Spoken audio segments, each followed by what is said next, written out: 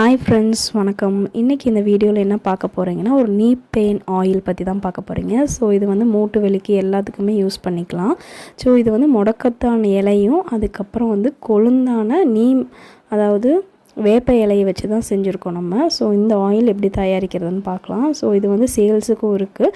End of the video உங்களுக்கு இது பிடிச்சிருந்துச்சுன்னா நீங்கள் வாட்ஸ்அப்புக்கு ஆர்டர் பண்ணிக்கலாம்.